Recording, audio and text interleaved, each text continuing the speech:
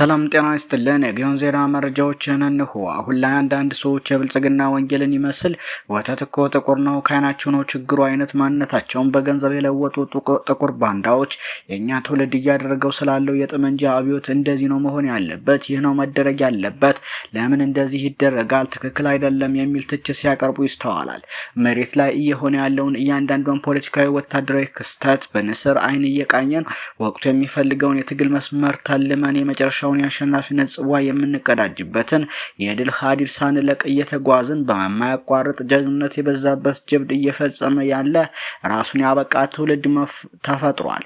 ይህ ትውልድ ከታሪክ መማር ዛሬን መስራትና መጪውን መተንበይ የሚችል አሰላሳይ አእምሮ ያለው የተሳለ ትውልድ ነው። የራሱን ርዕዮት አስጠኝ ጥገኛ አይሻም። ወገኑን ከጠላት ይለያል። ትግሉን በባለቤትነት የያዘውን ከሰርጎ ገቡ ለመለየት የሚዲያ ጩኸት እና ዳኝነት ኃይል አይሻም።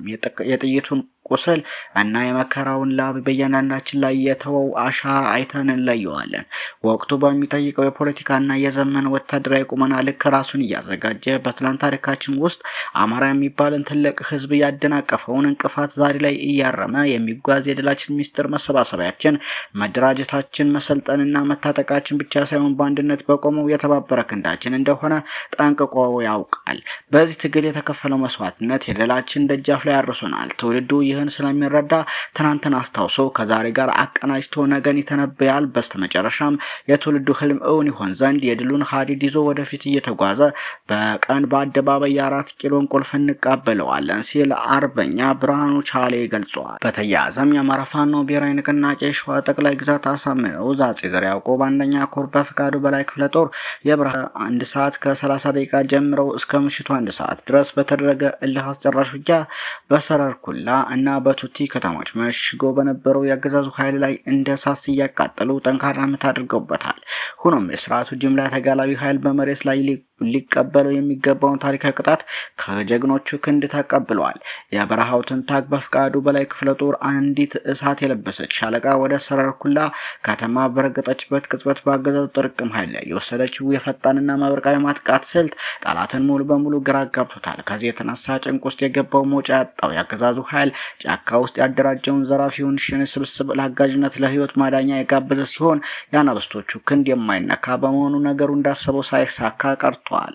በመጨረሻም ጠላት የሚያስማርከው አስማርኮ መጓዶችን አስከሬን እንኳን ሳይሰበስብ ከተማዋን ጥሎ ወደ ጫካ ፈርጥቷል። ጀግኖቹ የሰረርኩላን ከተማ እስከ ምሽቱ 2 ሰዓት ሙሉ በሙሉ በቁጥጥራቸው ስር አውለዋታል። በሌላ በኩል በቱቲ ከተማ በተደረገው አውደ ውጊያ እጅ ባፍ የሚያስጭን ነበር። የቱቲ ከተማ በተናዳፊዎቹ ሻለቆች የባሩድ ጢስ ስትታጠን ባሩድም ሲቆላ በዋለበት በዚህ አስፈሪ ሰዓት ጠላት ምሽጉን በመነጠቁ ከተማዋን ጥሎ ለመውጣት ተገደዋል። የወገን ኃይል ከተማዋን ሙሉ በሙሉ በመቆጣጠር ድላቸውን አጣጥመዋል። ይህ በእንዲህ እንዳለ ጠላት በወር ድንበር በፍርሃት ተውጦ ዙ 23 እና ሞርተሮችን እያስጮኸ ቢውልም በጀግኖቹ የቦታ ቁጥጥርና በማይበገረው የስነ ልቦና የበላይነት ግንባሩን ተመቶ እንደ ቅጠል ሲረግፍ አምሽቶ በዚህ ደመቃ ወደ ውጊያ የተረጋገጠውና በጀግኖቹ በገባው ምርኮም 3 ከፋኖ ከርተው ወደ አገዛዙ ገብተው የነበሩ ባንዳዎች እንዲሁም ደግሞ 1 አገዛዙ ካሬ 3 ሚሊሻ አባላት እንዲሁም 8 ክላሽንኮቭ ጠመንጃ፣ 4 የወገብ ትጥቅ፣ 1 የድረት ትጥቅ፣ 6 የእጅ ቦምቦችና በርካታ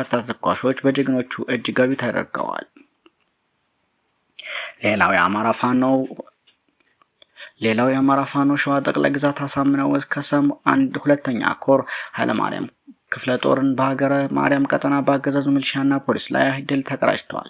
ከሰም 2ኛ ኮር የኃይለ ማርያም ማሞ ክፍለ ጦር ሻለቃ 1ና የክፍለ ጦር ቃኝ መሐንዲስ ሻለቆች በጥምረት በሀገረ ማርያም ወረዳ ንፋስ አምባ ቀበሌ ልዩ ቦታው አሌልቱ ድልድይ ተብሎ ከሚጠራው ስፍራ ላይ በአገዛዙ ጥምር ጦር ላይ የፋኖ ሰራዊት ደፈጣ በማድረግ በጠላት ላይ አካላዊና ቁሳዊ ኪሳራ ደርሷል።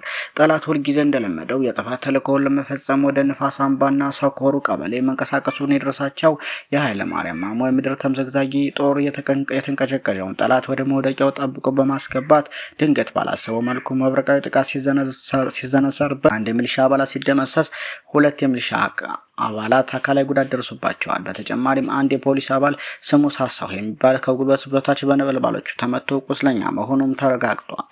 ሌላው ቼ ጉቬራ በዓለም ዙሪያ ለነጻነትና ለፍትህ የነበረውን ጽኑ አቋም ስሜት በተሞላበት ንግግሮቹ ሲገልጽ ቭላዲሚር ሌኒን በንግግርና በጽሁፍ ችሎታቸው የብዙዎችን አመለካከት በመቀየር የሶቪየት ህብረት እንድትመሰረት ከፍተኛ ሚና መጫወቱን፣ ማልኮም ኤክስ አሜሪካዊው የሰብአዊ መብት ተሟጋችና አብዮተኛ ሲሆን ጥቁሮች ለሰብአዊ መብታቸው እንዲቆሙ በነበረው አጣዳፊና ሳቢ የንግግር ስልቱ በርካቶችን ማነሳሳት መቻሉን ከታሪክ ማህደር ላይ ተቀንጭቦ አስነብቦናል።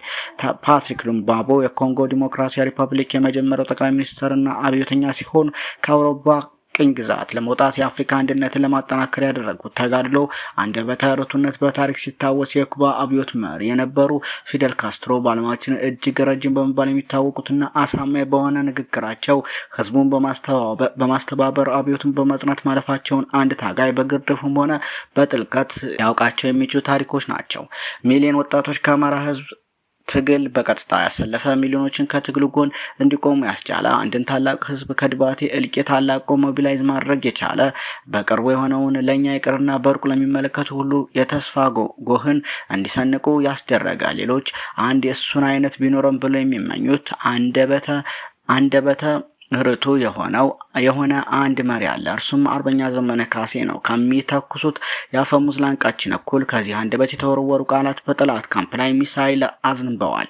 በአውሮፓ አሜሪካና አፍሪካ አህጉር ውስጥ የተደረጉ አብዮቶች እንደዚህ አይነት መሪ ፈልገው ተጠቅመውበት አልፈዋል። ይህንን አብዮተኛ መጠቀም የኛ የትውልዳችን ግዴታ ነው። በጊዜ ሁኔታና ቦታ ከዓመት ዓመት እየተገራ የሚጓዘው አንደበተ ርቱዕ ዘመነ ካሴ ነገም ለትግሉ በሚያስፈልገው ግብዓት ልክ እየመጠንና እየተናገረ ይቀጥላል። ማር አንደበት ሲል አርበኛ ማንችሎት ይገልጸዋል። ሰሞነኛ መረጃዎች እነኝን ይመስሉ ነበር።